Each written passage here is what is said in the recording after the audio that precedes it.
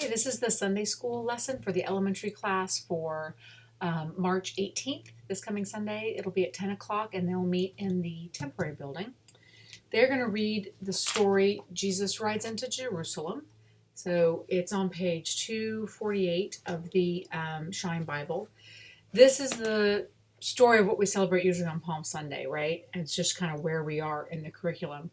During the service, of course, it'll be our more somber Tenebrae service. And so that might be a good discussion point with the kids about, the Tenebrae, thinking about the night of Jesus's betrayal versus the celebration when he comes back into Jerusalem and to palms being waved, which they'll see next week when we do Palm Sunday or the week after.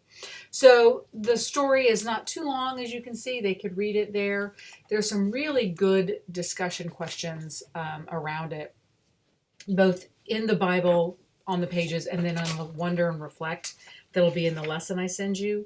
So the Wonder and Reflect questions are on page 21. And I've kind of marked the ones I like, and I'll read them to you. I wonder what inspired the people to throw this celebration for Jesus. I wonder why the owner lent the donkey so easily.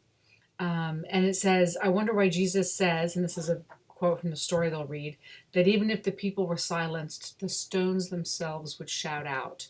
So I like this, these ideas of like, hey, why do you think these things are happening, right? What are your ideas?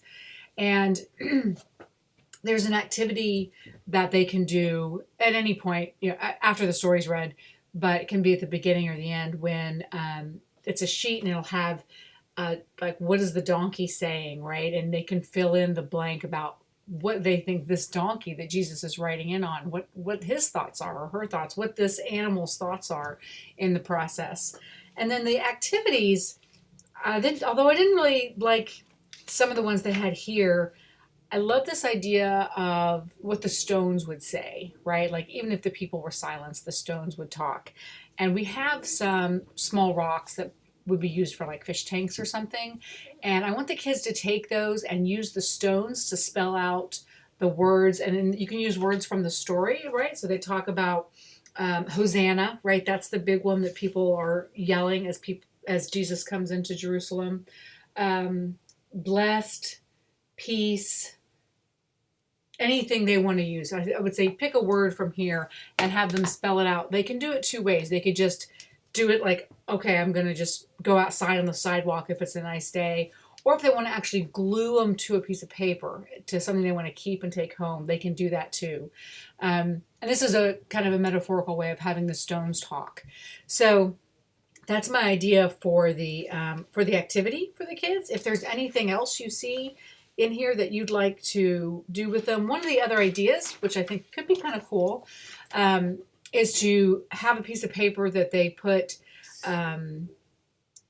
leaves and grass, something that's relatively flat but has a texture on, and like it's a road.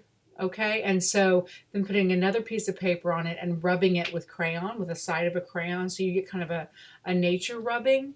If that's something that's interesting to them, I think the stones might be a little more tied into the story directly and interesting for them, but I'm open to either one. If you have any questions about this, let me know.